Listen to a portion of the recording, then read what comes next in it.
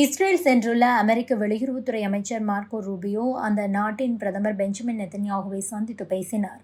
அப்போது ஹமாஸ் அமைப்பு என்பது கண்டிப்பாக ஒழிக்கப்பட வேண்டிய அமைப்பு. தற்போதைய போர் நிறுத்தத்தை நாம் எதிர்காலத்திலும் தொடர வேண்டும் என ஆக்ரோஷமாக பேசியிருக்கிறார். இஸ்ரேல் காசா இடையே தற்காலிகமாக போர் நிறுத்தம் அமலில் உள்ளது. போர் நிறுத்தம் தொடர்பான ஒப்பந்தத்தின்படி 90 நாட்கள் போர் நிறுத்தம் செயல்பாட்டில் உள்ளது. இஸ்ரேலிலிருந்து பாலஸ்தீன சிறைவாசிகளும் காசாவில் செயல்பட்டு வரும் ஹமாஸ் அமைப்பினர் இஸ்ரேல் பிணைய கைதிகளையும் விடுவித்து வருகின்றனர். இந்த போரை நிரந்தரமாக நிறுத்த அமெரிக்க அதிபர் டொனால்ட் ட்ரம்ப் முடிவு செய்துள்ளார். அதன்படி காசாவை அமெரிக்கா கைப்பற்றும். காசாவில் அமெரிக்கா வீடுகள் கட்டிக் கொடுத்து வேலை வாய்ப்புகளை உருவாக்கும். காசாவில் உள்ள மக்களை எகிப்து, ஜோர்டான் உள்ளிட்ட நாடுகள் ஏற்றுக்கொள்ள வேண்டும் என கூறியிருக்கிறார். இதனை இஸ்ரேல் பிரதமர் நெத்தன்யாகு வரவேற்ற நிலையில் மத்திய கிழக்கு நாடுகளின் தலைவர்கள் கடும் எதிர்ப்பு தெரிவித்தனர். காசா மக்களை ஒருபோதும் வெளியேற்றக்கூடாது என்று டொனால்ட் ட்ரம்புக்கு கோரிக்கை வைக்கப்பட்டிருக்கிறது. இதற்கிடையேதான் எதிர்ப்பு தெரிவிக்கக்கூடிய தலைவர்களை சமாதானம் செய்யக்கூடிய வகையில் மத்திய கிழக்கு நாடுகளில் அமெரிக்க வெளியுறவுத்துறை அமைச்சர் மார்க்கோ ரூபியோ சந்தித்து பேச திட்டமிட்டிருக்கிறார்.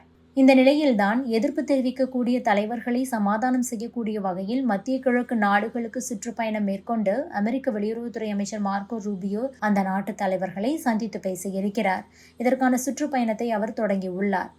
நேற்று இஸ்ரேலின் ஜெருசலமில் மார்க்கோ ரூபியோ மற்றும் இஸ்ரேல் பிரதமர் பெஞ்சமின் நெத்தன்யாகு ஆகியோர் சந்தித்து பேசினர்.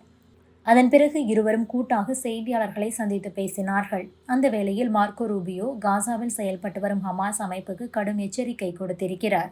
டொனால்ட் ட்ரம்பை போலவே அவர் மிரட்டல் விடுத்திருக்கிறார். இது தொடர்பாக அவர் பேசும்போது, கடந்த 2023 அக்டோபர் 7 இஸ்ரேலிலிருந்து பிடித்துச் செல்லப்பட்ட டஜன் கணக்கான பிணைய கைதிகளை இன்னும் ஹமாஸ் விடுவிக்கவில்லை.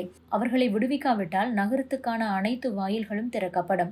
ஹமாஸ் ஒரு இராணுவம் போன்றோ அல்லது அரசு படை போன்றோ செயல்பட முடியாது.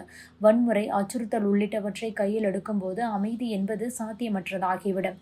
இதனால் அது போன்ற செயல்கள், மொழிகளை ஒழிக்க வேண்டும். வன்முறை சார்ந்த பேச்சுக்கள் போரில் பெரும் அழிவுகளை தந்துவிடும். அதோடு காசாவை கட்டுப்பாட்டில் வைத்திருக்கும் ஹமாஸ் ஒழித்து கட்டப்பட வேண்டும். இதன் மூலம் தற்போதைய போர் நிறுத்தத்தை எதிர்காலத்திலும் தொடர வேண்டும் என கூறியிருக்கிறார்.